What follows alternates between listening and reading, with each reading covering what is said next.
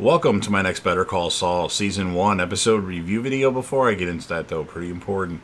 If you are caught up to the point where I am and you're watching Better Call Saul, or you're just not entirely sure, then you definitely need to take the initiative and pay attention to the episode's title, which of course I'll mention, as well as put in the description. If that happens to be the case, you find that you're not caught up, it would be my recommendation that you don't watch this video any further to avoid any potential spoilers. And I have watched this show all the way through at least one time. Just want to rewatch it to see where it ranks on my all-time favorite TV shows of all time list. It's definitely top 10, I think.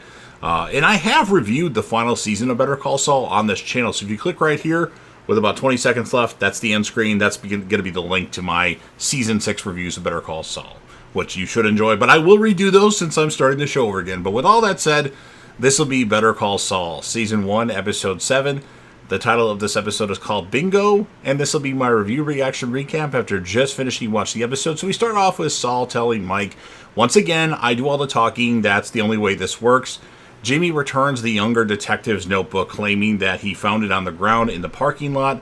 Irate, the younger detective confronts Mike about stealing it, asking if there is anything he'd like to say about its context or contents, and they inform Mike that they're interviewing Stacy the next day, which was Maddie's. I don't remember if they were married, so it's either fiance, wife, or just girlfriend. But, obviously that's widow if they were married. The detective storms out of the station, but the other detective lingers behind and apologizes for his partner's actions. And Mike tells Jimmy, you can go. And Mike waves off the detective talking about his partner's actions. Like, oh, don't worry, he was just doing his job. He concedes that he doesn't know what Stacy will tell them. Whatever she chooses to say is entirely her decision, and she's earned the right to decide that for herself. Mike leaves the station and finds Jimmy waiting by his car. Jimmy demands to know what Mike said to the older detective, and Mike brushes him off, and Jimmy calls the detectives 2 Philly cheesesteaks. Mike tells Jimmy he no longer needs or requires his services. Jimmy is shocked as Mike will need a good lawyer as the prime suspect for the murder of 2 cops. Mike shakes his head, saying it's in someone else's hands. A few days later, Jimmy stops by Chuck's house and is surprised to find Chuck standing outside in the yard. Chuck counts out loud, struggling to remain outside, surrounded by electricity that thinks makes him ill. And he manages to last for 2 minutes or 120 seconds, and then he races back inside. Panting, he explains that he has been exposing himself to electromagnetic fields for short amounts of time in an attempt to build up a tolerance because he's eager to overcome his condition and return to work at HHM. So surprisingly, when he went back inside, he didn't put his space blanket back on, which I would have thought he would do. But hearing this, Jimmy remembers that he has a couple of boxes of unfinished paperwork that he was hoping to store at the house before Chuck can protest. He wheels the boxes in and promises that he'll be back to claim them soon. On the way to his car, Jimmy peers through a window and sees that Chuck is sifting through the paperwork just as Jimmy hoped he would. Jimmy takes Kim on a tour of a high-rise office space that he's looking to lease. Jimmy wants to get a Coco Bolo desk. When she is impressed by the office he's saving for his future partner, Jimmy offers her the job. After all, she did tell him she was interested in elder law, and she has to gracefully turn him down, reminding him that she's too invested in HHM to leave. She also likes the stainless stuff, as she doesn't even have that at home. In the HHM conference room, Kim meets with Greg and Betsy Kettleman. She tells them they're a flight risk after their camping trip. She advises the couple not to take the case to trial, urging the couple to take a plea deal as she's negotiated, which would help reduce Craig's sentence from 30 years to only 16 months. The Kettlemans refuse and fire Kim on the spot, and it could be less than the 16 months. And then the Kettlemans subsequently decide to call Jimmy, who is in the middle of calling numbers for a bingo game at the retirement home. Irene wins. He meets with the Kettlemans at Lola's. Betsy apologizes for her bluntness when they last met and tells him that they have reconsidered Jimmy's offer to represent Craig. Jimmy is flattered, but he tells them he is now specializing in elder law. Betsy reminds him that they already provided him with a substantial retainer, and Jimmy dismisses himself to go to the bathroom to relieve himself, but he actually calls Kim. She begs him to persuade the Kettlemans to return to HHM, as the plea deal she negotiated is the best they're going to get. Although he does his best to point them toward Kim, the Kettlemans' bribe has tied Jimmy's fate to theirs. With great reluctance, he takes the case. Jimmy stops by HHM to collect the Kettlemans' case files and learns that Howard has demoted Kim Wexler to an office in the distant part of the building loosely known as the cornfield in the firm, as punishment for losing the Kettlemans.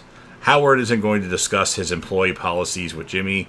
Feeling guilty, he finds her in the parking garage and apologizes. She shrugs, knowing he did what he could.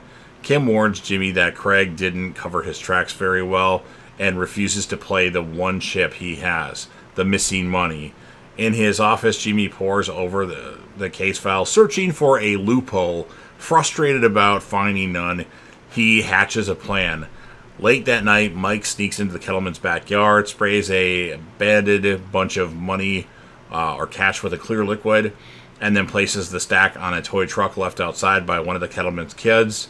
He calmly surveys the house and watches as Craig discovers the money when he takes out the trash. The parents scold their kids for playing with the money then Betsy takes the bundle upstairs. After the Kettlemans go to bed, my thing went move for a second there. Mike sneaks into the house using a UV light. He follows a trail of fluorescent fingerprints left behind by Betsy after handling the wet bundle of the cash. And then the trail leads him to the bathroom, where he finds all of the ill-gotten money hidden underneath the sink under a panel. Mike brings the cash to Jimmy, who returns what he spent, rounding up the sum total of his retainer to the pile and quoting to Mike that he's doing the right thing. The two agree that they're square, and Mike heads off to the district attorney's office with the money.